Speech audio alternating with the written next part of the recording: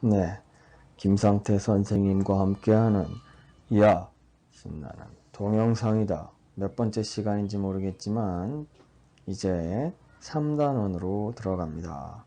4-3단원 광합성이에요. 우리 앞에서 식물의 기관 해서 뿌리, 줄기, 잎에 대해서 배웠죠.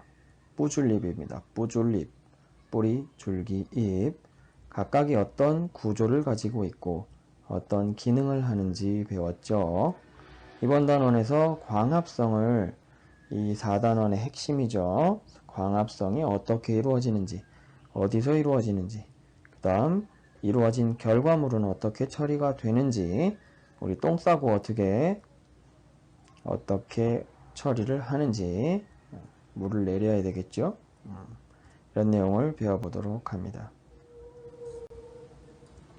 우리의 학습 목표는 광합성 결과 생성된 물질, 그리고 광합성이 일어나는 장소를 설명하는 게 첫째 목표입니다. 그 다음 광합성에 필요한 물질을 알고 그 원리를 설명할 수 있다. 무엇이 광합성하는데 필요한지 그걸 알아보겠다라는 거죠. 봄에 씨앗을 딱 심은 다음에 옥수수가 자라서 열매를 달리게 하지요. 그런데 밥을 먹는 걸 본 적은 없는데 도대체 옥수수가 어떻게 이렇게 자라고 열매까지 맺을 수 있느냐, 이 내용을 우리가 이제 배워보도록 하는 겁니다. 이 옥수수가 자라는데 필요한 양분, 어떻게? 우리는 식물을 먹고 고기를 먹고, 그죠? 밥을 먹으면서 자라는데 옥수수는 어떻게 얻을 것이냐, 이게 우리가 배울 내용입니다. 식물이 양분을 얻는 방법, 광합성입니다. 식물이 빛을 이용하여 스스로 살아가는데 필요한 양분을 만드는 과정, 이게 광합성입니다. 뭐라고요? 식물이 빛을 이용하여 스스로 살아가는데 필요한 양분을 만드는 과정입니다. 녹색이죠, 녹색. 잎처럼, 그죠? 우리는 못하지만 식물은 빛을 이용해서 양분을 만들어낸다. 스스로 만들어냅니다. 이 내용을 우리가 배워보겠다라는 거예요. 우리는 못하지만, 우리는 이용만 하지만, 이틀 만에 씻고 나서 이렇게 얼굴을 비추고 있어요. 자, 광합성 배워보도록 하겠습니다. 안녕.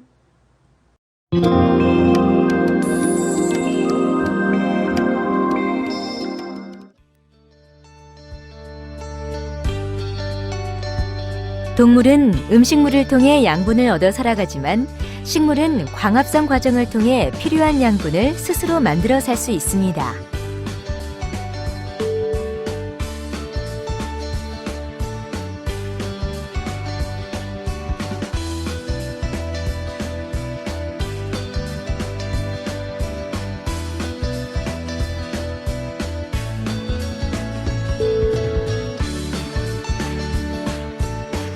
광합성은 잎세포 속의 엽록체에서 일어납니다.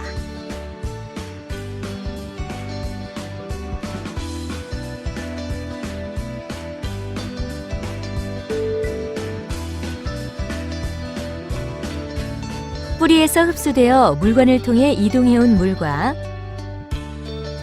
잎의 기공을 통해 들어온 이산화탄소를 원료로 빛을 이용하여 양분인 포도당을 만들고 산소를 배출합니다.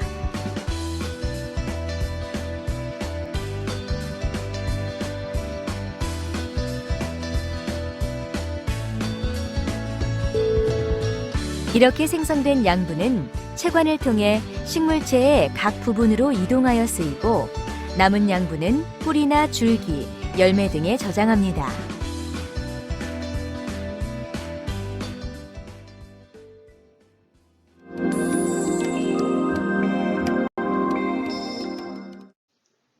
네, 광합성의 과정과 의미에 대해서 살펴봤습니다. 광합성은 식물이 자기 자신의 밥, 영양분뿐만 아니라 다른 동물들이 사용할 양분까지 제작을 하는 그런 의미가 있다라는 거고, 광합성 과정에서 영양분 외에 산소도 발생을 한다. 결국 이 산소랑 영양분을 섞어서 우리가 다시 에너지를 만들어내지요. 이 산소는 그래서 역시 식물 자신뿐만 아니라 다른 생물의 호흡에 이용되기도 한다 라는 거. 호흡이란 말이 나왔네요. 정리를 하겠지만 광합성과 호흡은 결국 반대 의미를 가진다라는 거 일단 가볍게 기억하고 넘어가도록 하겠습니다. 우리가 이 광합성 결과 만들어지는 녀석, 광합성에 필요한 걸 살펴보기 전에 아이오딘화 칼륨 용액이 뭔지 한번 살펴보고 들어갑니다. 아이오딘화 칼륨 용액은 무언가와 반응을 해요. 근데 누구? 녹말이라는 녀석하고 반응합니다. 녹말 들어봤죠? 영양분입니다. 얘랑 반응하면 청람색을 띠는 용액입니다. 자, 녹말과 반응하면 청람색을 띠는 그런 용액이에요. 그래서 녹말이 들어있는 이 용액에다가 아이오딘화 칼륨 용액을 떨어뜨리면 청람색으로 바뀐다 라는 얘기입니다. 그러면 아이오딘화 칼륨 떨어뜨렸을 때 청람색으로 변한다? 아하, 여기 녹말이 들어있구나 라는 걸 우리가 알 수 있겠다 라는 겁니다. 이걸 염두에 두고 이제 광합성 결과 녹말이 만들어지는지, 어디서 만들어지는지 보도록 하겠습니다.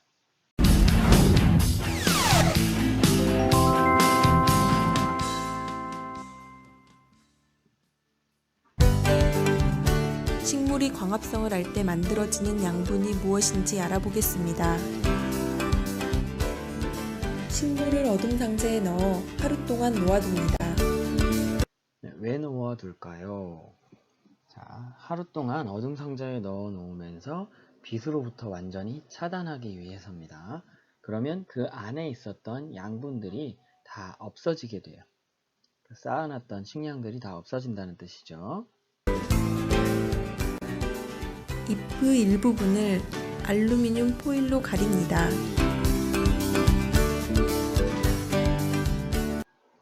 네, 양분이 없어진, 그러니까 식량이 없어진 애들을 일부는 빛을 가리고 나머지 부분은 그대로 빛에 노출시킨다라는 뜻이죠. 빛이 잘 드는 창가에서 식물에 빛을 쪼입니다. 잎을 따서 에탄올이 들어있는 비커에 넣고 물중탕을 하여 잎 속의 엽록소를 녹여 제거합니다. 네, 이렇게 일부만 빛에 노출시켜 놓으면 가린 부분은 빛을 받지 못하고 가리지 않은 부분은 빛을 받지요. 그리고 그 잎을 따서 에탄올이 들어있는 비커에 넣고 물중탕을 하여 잎 속의 엽록소를 제거합니다. 잎이 녹색으로 보이는 건 이 엽록소가 녹색이기 때문이죠. 네, 그걸 에탄올에 넣고 끓여서 없애준다라는 겁니다. 물중탕이라는 건 물 안에 넣고 가열하는 거예요. 그냥 바로 가열하면 너무 급격하게 가열되기 때문에 문제가 생기기 때문입니다. 탈색된 잎을 꺼내 증류수로 씻습니다. 스포이트를 사용하여 네, 이렇게 허해졌죠?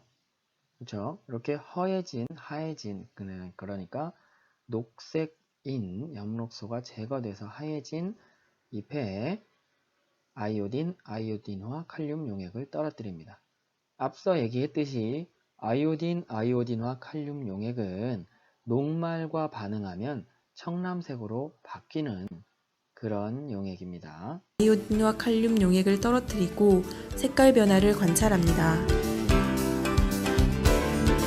아이오딘화 칼륨 용액을 떨어뜨리면 알루미늄 포일로 가리지 않은 부분만 색이 네, 알루미늄 포일로 가렸던 부분은 색깔이 전혀 변하지 않고 이렇게 색이 빠졌죠? 그 다음에 다른 부분은 어때요? 그렇죠. 이렇게 청람색으로 변해 있습니다. 그 말은 빛으로 광합성을 한 곳은 어떻게 녹말을 만들어냈고 빛이 가려진 이 부분은 어떻다? 포일로 가렸던 부분은 녹말이 만들어지지 않았다는 뜻이죠. 그 말은 뭐예요? 아, 빛을 통해서 뭘 한다? 광합성을 한다. 어디에서? 엽록체에서. 변합니다.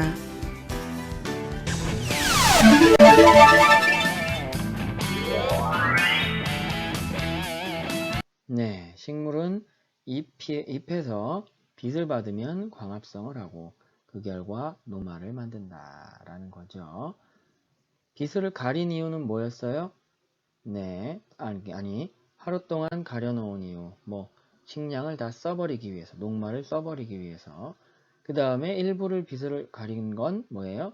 걔네는 광합성을 하지 못하게 빛을 가려놓고 그 다음에 결과물을 봤더니 뭐야? 아, 빛을 받은 부분만 광합성을 해서 녹말을 만들고 그렇지 않은 부분은 녹말을 만들지 못했구나. 빛이 광합성을 하는데 필요하다. 이게 핵심이죠. 광합성을 하는데 빛이 필요하고 결과 최종적으로 녹말을 만든다라는 겁니다. 여기까지 하고 이제 조금 들어가 보도록 할까요? 네, 이렇게 광합성이 일어나는 장소에 대해서 우리가 살펴봤어요. 그럼 엽록체의 색깔을 조금 더 정리해서 살펴보고 끝내보도록 하겠습니다.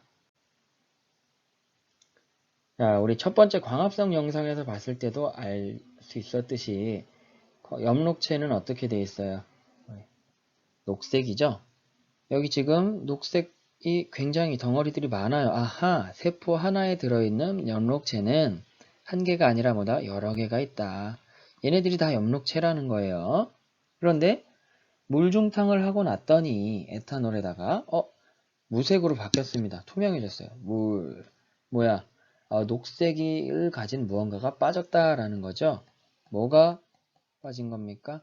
엽록소가 빠진 거예요. 그럼 그 안에 있는 기계가 다 망가지거나 사라졌다라는 거죠. 대신 공장은 아직 남아 있습니다. 이렇게 덩어리 있지요. 공장은 남아 있지만 기계들이 없어지거나 망가졌다. 그 다음에 여기다가 아이오딘, 어디나 칼륨을 넣었더니 중간중간 그 엽록체가 있었던 부분에 이렇게 청람색으로 나타나더라라는 거죠. 그 말은 엽록소, 녹색인에는 사라졌지만 그 안에 아이오딘과 칼륨 용액이랑 반응한 녹말은 남아있다라는 얘기죠. 아, 여기에 녹말이 있구나. 엽록소는 에탄올 물중탕에 영향받지 않고 남아있다라는 거죠. 그러면 개념 확인하면서 이 앞부분 끝내보도록 하겠습니다. 식물의 광합성은 식물세포 속의 엽록체에서 일어난다. 엽록체가 녹색인 이유는 뭘까요? 뭔가 녹색인 애가 있기 때문이다 라는 거. 그 다음 식물 광합성 결과 만들어지는 양분을 이 아이오딘 용액이랑 반응하면 어때요? 청람색으로 변하네. 오호, 여기 녹말이 있네. 확인할 수 있습니다.